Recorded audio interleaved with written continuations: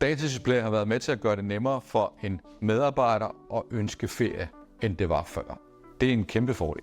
Jeg hedder Michael Nielsen, og jeg er det, der hedder sekretariatschef i driftsafdelingen.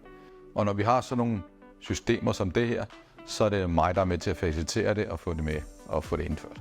Datadisplayet bruger vi på den måde, at vi har en tilsvarende skærm hængende nede i vores personaleområde. Så når medarbejderne møder ind om morgenen, så finder de sig selv på skærmen, klikker og siger check in. Datadisplay har den fordel, at den giver os et godt overblik over for eksempel ferieplanlægning. Og det giver os et overblik over, hvem er på arbejde i dag, og hvem er der ikke, og vi kan se, af hvilke årsager de ikke er der.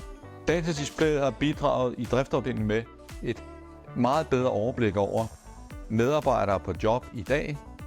Det har bidraget med en meget bedre ferieplanlægning for den enkelte driftsleder, og samtidig også total ferieplanlægning for hele afdelingen. Jamen, datadisplay, det bruger vi jo hver eneste dag, når vi møder ind om morgenen. Vi starter altid vores morgen med at logge os ind og siger, så man kan se, at nu er vi nede grønne. Vi kan altid se, hvem der er på arbejde. Så det er en rigtig god funktion. Så bruger jeg den også til at planlægge min ferie. Så kan driftslederen se, at jeg har et ferieønske. Og så kan hun sige, det kan du godt, eller det kan du ikke. Så hun går ind og siger godkendt, og så har jeg ferie.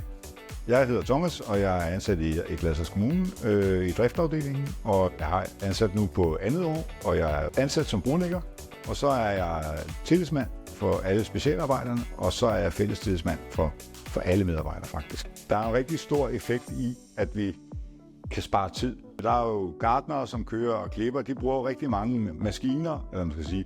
Så for dem har det jo lettet deres hverdag, at de kan se, at de kan booke en maskine til på fredag, når de skal bruge den.